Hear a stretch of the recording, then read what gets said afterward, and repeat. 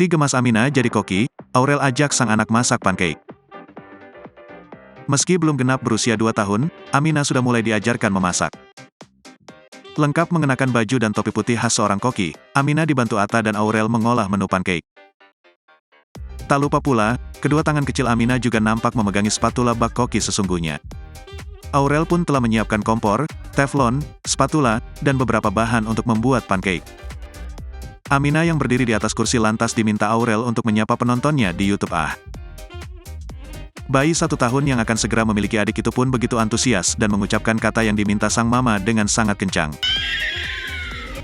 Teriak Aminah dengan kencang yang disambut tawa Atta yang duduk di sampingnya.